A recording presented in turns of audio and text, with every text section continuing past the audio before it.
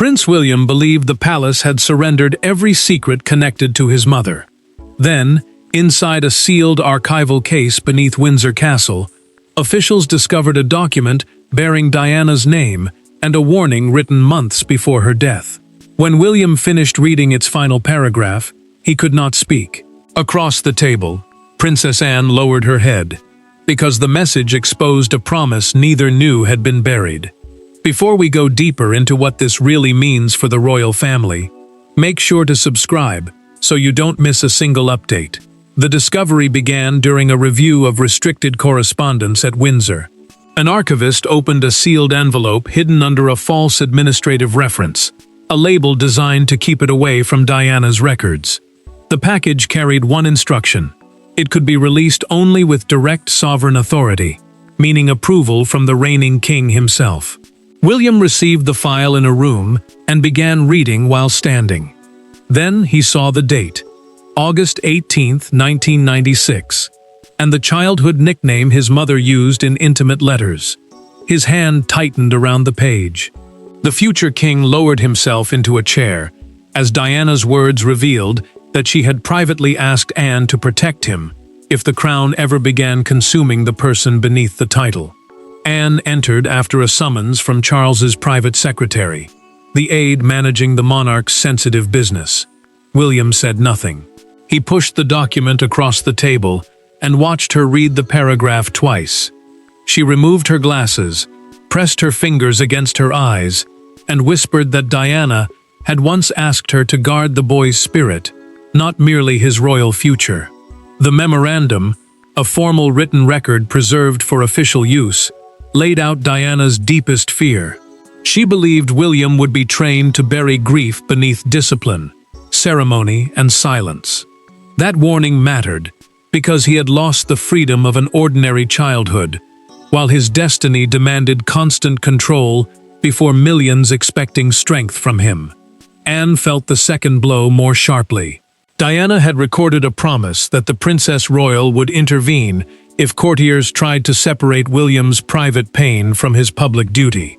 Yet she had never known the conversation had been placed into writing, nor that someone had deliberately prevented it from reaching her.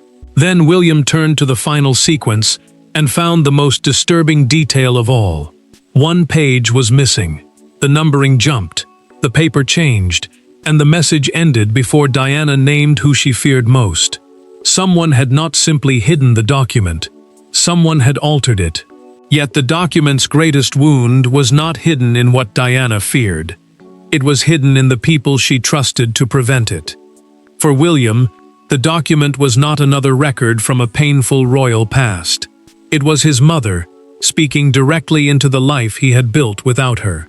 For Anne, it carried a different kind of devastation. A forgotten promise, returning almost 30 years too late. Their heartbreak came from separate wounds, yet both now faced the same truth. Diana had trusted them to protect one another, and the palace had made certain they never understood why. William remained near the table, staring at the missing page as though it might return if he waited long enough. As heir to the throne, the person next in line to become monarch, he had spent years trying to balance emotional honesty with the control demanded from a future king. He was also a husband and father. That made Diana's warning feel even more dangerous, because it forced him to question whether the silence imposed upon him had quietly shaped the way he raised his own children. Anne carried a more complicated burden. Her relationship with Diana had never been simple. They had clashed over duty, attention, tradition, and the intense public emotions surrounding royal life. Yet beneath those differences, moments of private understanding had existed. Brief conversations where neither woman pretended to be someone else. Now the Princess Royal, the traditional title given to the monarch's eldest daughter, had to reconsider every one of those encounters. William finally turned toward her. He asked why his mother would have chosen Anne when the two women had so often appeared divided. She watched the fire for several seconds before answering. Diana, she said, trusted people who did not flatter her. She valued honesty even when it hurt, and she believed Anne possessed something few people around the crown still had. the courage to challenge the family without fearing exclusion. Anne then revealed the truth through a private conversation documented in her own handwritten recollection. Diana had once asked her to watch over William's spirit, not simply his education or preparation for royal life. At the time, she believed it was an emotional request made during a difficult period. She never understood that Diana intended it as a lasting responsibility. William felt betrayal rise beneath his grief. The document proved his mother had foreseen the loneliness that followed her death. Her warning existed while he stood before cameras, greeted crowds, and learned to hide pain behind composure. Anne's guilt moved differently. She remembered moments when she stayed away because she believed giving him space was respectful, never realizing palace protocol may have kept her distant when Diana wanted her closest. Then William noticed the notation beside Anne's name. "She will understand when the time comes." The words were handwritten, deliberate, and deeply personal. Diana had not been expressing a general fear. She had expected a specific crisis. To understand what she believed was coming, William and Anne would have to return to one private encounter that changed everything. The hidden document did not begin as a formal royal memorandum. It began during a strained summer evening at Balmoral, when Diana arrived carrying a fear she could no longer dismiss. Behind a closed library door, she confronted Anne with a prediction about William's future. What passed between them that night became the direct trigger for the secret file, and the moment both women understood that the young prince could one day be trapped by the institution he was born to lead. Diana entered that summer, carrying the weight of a marriage that had already ended before the world. Yet the fight over her sons remained painfully alive. Every decision involving William mattered because he was not only a child facing divorce and relentless press pressure, he was also the future monarch, the person expected one day to inherit the crown and lead the nation. Anne understood the danger differently. Palace officials were focused on stability, education, and preparation for royal duty. Royal duty meant the public responsibilities demanded by the monarchy, often placed above private emotion. She believed structure could protect a boy surrounded by chaos. Diana feared that same structure would teach him to hide pain so well that no one would notice when it became permanent. The breaking point came on August 16, 1996. Diana overheard a senior courtier dismiss William's distress with a cold sentence. He would outgrow it once duty takes hold. The words struck her like a warning. That evening, she asked Anne to meet her alone in Balmoral's library after dinner, with no aides and no family members present. Diana closed the door, placed both hands on the table, and told her that the palace was preparing her son to function, not teaching him how to heal. Anne challenged her at first. She argued that routine gave children safety when everything else was unstable. Diana answered that structure without tenderness was not protection. It was another form of abandonment. Then Diana revealed the question William had asked during a private conversation recorded later in her personal notes. He wanted to know whether becoming king meant he would eventually have to stop speaking about his mother. Anne went silent. The sentence stripped away every argument, because it showed how deeply the boy had already linked love with royal sacrifice. Anne promised that she would never allow the crown to erase the child beneath the title. Diana replied that she would put the warning in writing so no official could later deny what had been said. 2 days later, she delivered the memorandum through a trusted royal household channel, the internal system used to pass sensitive family correspondence. It never reached Anne. Someone redirected it into restricted storage beneath an unrelated code. Worse still, the surviving pages referred to an attached statement naming the person Diana feared most. That attachment was gone. When William demanded to know who had intercepted the warning, one name brought him directly to the palace's most painful confrontation. William did not summon a committee. He did not request another archival review or wait for carefully prepared palace language. Carrying the document himself, He entered a private meeting with King Charles and closed the door behind him. Anne remained at his side. What followed was not a constitutional discussion between senior royals. It was a wounded son demanding to know why his mother's final warning had disappeared inside the institution his father now led. William had chosen a small audience room at Windsor and ordered that no private secretaries, legal advisors, or communications staff attend. An audience room is a formal space where the sovereign receives people for official conversations. But nothing about this meeting felt ceremonial. The prince wanted no witnesses who could soften the truth, reshape the language, or turn grief into another controlled palace statement. Anne entered carrying the archival record. It showed exactly when Diana's memorandum had arrived, when its reference number had been changed, and when it had been removed from ordinary royal correspondence. William placed the original pages on the table and asked his father one question. Had he ever seen them? Charles looked at the first page. He set down his pen. Then he remained silent, long enough for the answer to become unbearable. The king finally said he had been told Diana submitted a personal complaint about William's education and exposure to the press. He insisted he had never received the full wording and had not been informed that Anne had been given a direct responsibility. William listened without moving, but the restraint in his face began to harden. William asked why no one searched for warnings like this after his mother died. Charles answered that the royal household had been trying to prevent the family from collapsing beneath grief and public scrutiny. The household meant the network of aides and officials managing the monarch's personal and official affairs. At the time, he said, every decision had been framed as protection. Anne rejected that defense immediately.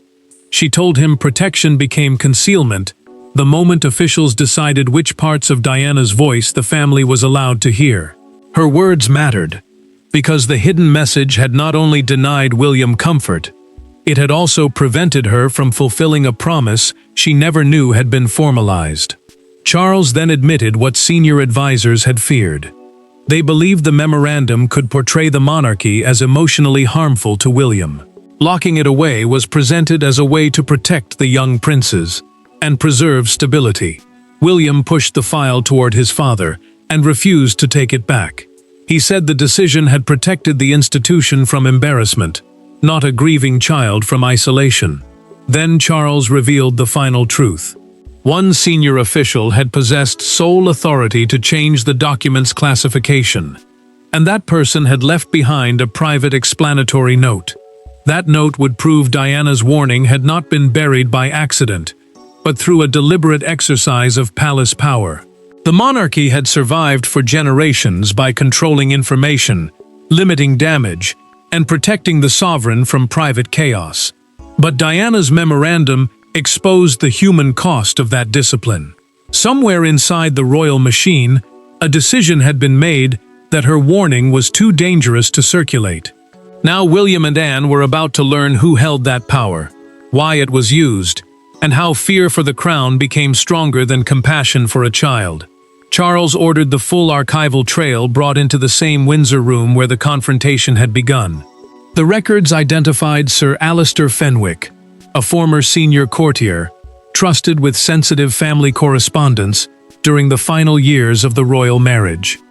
A courtier is a high-ranking palace official who serves the royal household and often controls access, communication, and private information. Fenwick had possessed the authority to recategorize personal submissions as constitutionally sensitive material, placing them beyond the reach of most relatives and ordinary staff. William opened the explanatory note and read the argument that had sealed his mother's voice away. Fenwick claimed that circulating Diana's warning could damage confidence in the heir's emotional preparation and create a lasting conflict between maternal wishes and royal duty. The words were calm. That made them worse. A child's grief had been reduced to a risk that needed managing. Anne then faced Margaret Vale, a retired archivist summoned to Windsor after Charles authorized a recorded internal interview. Margaret admitted she had watched Fenwick place the file inside a red dispatch case and order its reference number changed before morning. A dispatch case is a secure container used to carry confidential government or royal documents. Her hands trembled as she remembered how final his instructions had sounded. Margaret revealed that she had considered warning the Princess Royal. She feared dismissal, believed senior officials understood dangers she did not, and convinced herself the file would eventually pass through proper channels. Anne listened without interrupting, but the admission struck hard. One fearful silence had helped create decades of distance. William expected to uncover a dramatic conspiracy. Instead, he found something colder. No secret gathering had been necessary. Obedience, hierarchy, and the belief that the palace always knew best had been enough. Fenwick had made the decision, Margaret had followed it, and everyone below them had treated the altered reference as routine.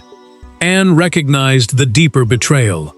The people surrounding the monarchy could shape family relationships simply by deciding which messages entered which rooms. Fenwick's note proved it. He wrote that her involvement might encourage Diana to challenge future decisions concerning William, making their private alliance a threat to household unity. Charles read that sentence twice, before authorizing the release of every related record to William and Anne. The order was a quiet admission that institutional calm had caused lasting personal harm. But opening the archives could not return the years already lost, and the first consequences struck William's family before the palace could contain them. The document had survived in darkness for decades, but once opened, its consequences moved quickly. William could no longer treat the warning as Diana's message to the grieving boy he had once been. He was now a father raising children inside the same royal system she feared. That realization followed him home, where Catherine saw the change in his face before he spoke, and where the future king made a decision that would shape the next generation. William returned to Adelaide Cottage, carrying a copy of the memorandum beneath his arm. The residence, a private family home near Windsor Castle, usually gave him distance from official pressure. That night, it offered none. Catherine watched him place the file inside a drawer, rather than beside his working papers, and she understood that this was not palace business. It was personal. Catherine waited until the children had gone to bed before asking what had happened. William told her Diana had predicted the emotional isolation that followed her death with frightening accuracy. He admitted that the words had exposed something he had spent years avoiding. Duty had taught him endurance, but it had also rewarded silence whenever pain became inconvenient. William then confessed his deepest fear. He worried that he was repeating the same pattern with George, teaching responsibility so carefully that the young heir might begin hiding confusion, resentment, or fear. Catherine reminded him that preparation was necessary, but preparation without trust could become another kind of distance. Her calm answer made the warning feel immediate. William paused outside George's bedroom later that evening. Instead of entering with advice about school, conduct, or royal expectations, he sat beside his son and asked whether being the future heir ever made him feel unable to speak honestly. An heir is the person expected to inherit the throne, carrying duties long before the crown actually becomes theirs. George hesitated. Then he admitted that he sometimes kept questions to himself because he did not want to disappoint his father. William felt the words land with brutal force. He told the boy that silence would never be treated as strength inside their family, and that being overwhelmed did not make him weak or unworthy. Anne faced her own reckoning at Gatcombe Park. She opened an old photograph of Diana standing beside a young William and realized that loyalty to the crown had once stopped her from challenging barriers she should have questioned. Through a private telephone call later recorded in the family review, she offered to address the family council and accept responsibility for not pushing harder after Diana's death. William refused. He would not allow Anne to carry blame for a document deliberately kept from her. Yet she insisted that ignorance did not erase regret. Their grief was becoming action, but it was also beginning to divide them over who should bear the burden. That conflict finally broke during a private meeting where neither titles nor palace rules could protect them from the truth. There were no secretaries outside the door, no briefing notes on the table, and no royal protocol shaping the conversation. William and Anne met alone at Gatcombe Park, as nephew and aunt, not as future sovereign and princess royal. Between them lay Diana's memorandum and decades of silence. For the first time since the document surfaced, they stopped searching for someone to blame and confronted what they could still choose to repair. William arrived without an official convoy entering the main courtyard. Anne met him in a modest sitting room where family photographs replaced formal royal portraits. Gatcombe Park was her private country home, a place removed from palace machinery, and that mattered because neither of them wanted aides controlling the language of what came next. William admitted that the memorandum had made him angry at everyone, including himself. He feared he had already passed part of the same emotional restraint to George. The prince spoke about his son's hesitation, the questions left unasked, and the possibility that duty had once again begun teaching a child to hide. Anne rejected that judgment. She told him Diana's warning had never been a prophecy of failure. It was an instruction to recognize danger before silence became permanent. Her words carried weight, because she had lived within royal discipline all her life. Yet she now understood how easily discipline could become distance. William asked the question that had followed him since the document surfaced. Had Anne truly made the promise described in the file? Anne answered through a private conversation, later recorded for the internal family review. She said she had promised to protect the boy beneath the title. Her greatest regret was not breaking that promise deliberately, but allowing palace distance to convince her it was no longer needed. Anne moved the memorandum aside and reached across the table. She told William she could not protect the child he once was. She could not return the years taken by grief, or erase the silence imposed after Diana's death. But she could still stand beside the man and father he had become. That changed everything. William resolved to create a private family charter, a written agreement establishing rules for how the royal household must protect children's emotional welfare. No communication concerning a young royal's mental or emotional state could be sealed without review by both parents or legally designated guardians. Anne agreed to oversee the first internal review. She would not do it to punish the monarchy, but to fulfill the responsibility Diana had placed upon her decades earlier. Together, they decided the central message would be acknowledged publicly without releasing every intimate detail. Diana's concern would no longer be hidden, but her son's most private memories would remain protected. Before William left, Anne returned the original memorandum. He closed the folder and said the promise belonged to both of them now. When the palace finally acknowledged the document, private grief became a public reckoning that no carefully written statement could fully control. By sunrise, the secret that had survived behind palace walls for nearly 3 decades belonged to the nation. Newspapers called it Diana's final warning. Broadcasters described it as the devastating message of a mother who feared the crown would claim her son's emotions along with his future. Yet the defining public moment did not happen inside a television studio. It unfolded outside Kensington Palace, where one handwritten card captured the heartbreak of an entire country. Buckingham Palace released a formal statement confirming the existence of the 1996 memorandum, its improper archival restriction, and Charles's authorization of a complete internal review. Buckingham Palace is the monarch's main administrative headquarters, where official royal announcements are issued to the public. The statement also confirmed that William and Anne had jointly requested new rules governing sensitive correspondence involving royal children and family welfare. The reaction was immediate.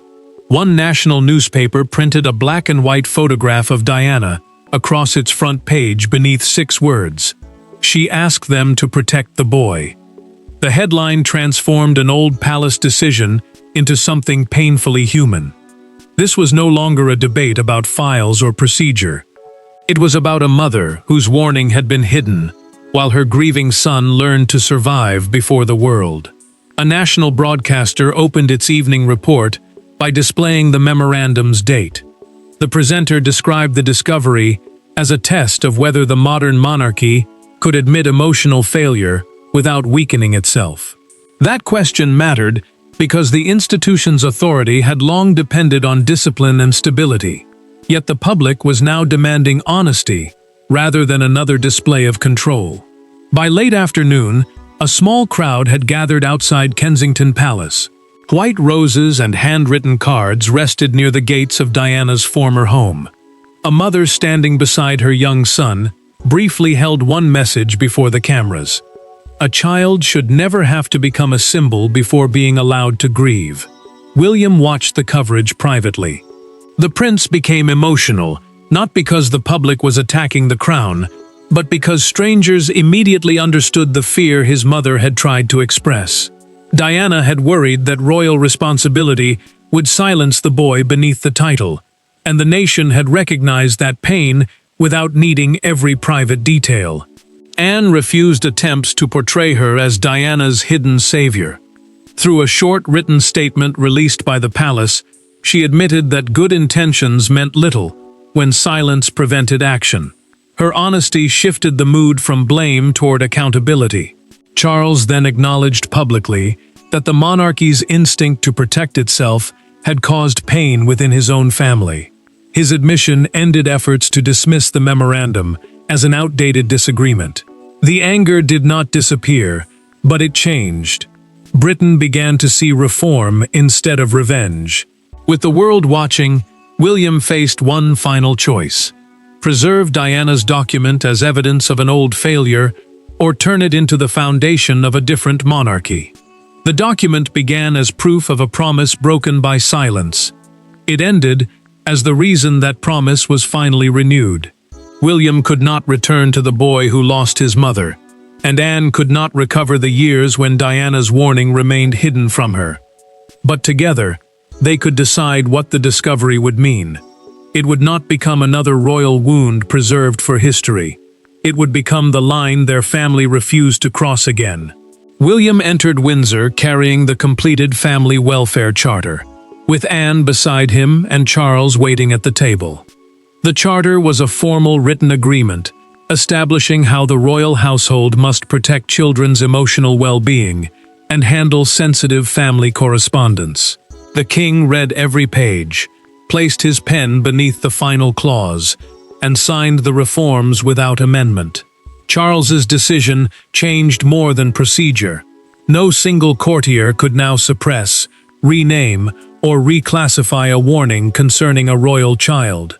Parents, guardians, and designated family members would have to be informed whenever a document raised concerns about emotional welfare.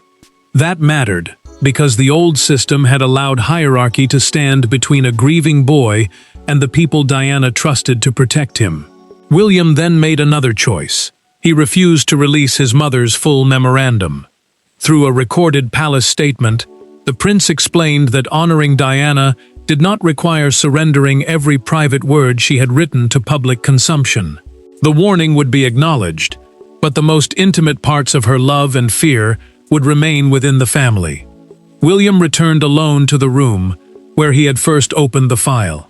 He read the final surviving sentence once more, then placed a photograph of Diana inside the archival folder. Anne entered quietly and rested her hand on the closed document, accepting both the promise she could not fulfill in the past and the responsibility she had chosen for the future. William told her that Diana had never been asking them to defeat the monarchy. She had been asking them to prevent duty from erasing the human beings required to carry it. Anne understood. This time, protocol would not decide when she could offer support or when family closeness became inconvenient. Charles ordered the archive corrected, so the memorandum would remain permanently listed under Diana's name, rather than the false code used to conceal it. George, Charlotte, and Louis were spared the full burden of the document, but their father gave them its essential lesson. No title, tradition, or public expectation should ever force them to hide pain from their family. The verdict was final. The hidden document exposed a monarchy that had once confused silence with strength. Yet it also forced William and Anne to choose honesty over inherited restraint. Diana's warning arrived too late to protect his childhood, but it reached him in time to protect his children. Its meaning was not revenge, scandal, or defeat. It was private heartbreak transformed into permanent care. The file was closed, the truth was recorded, and Diana's final warning became the promise that would shape the crown her son was destined to inherit. Thanks for watching. Please don't forget to like and subscribe, and we will see you in next one.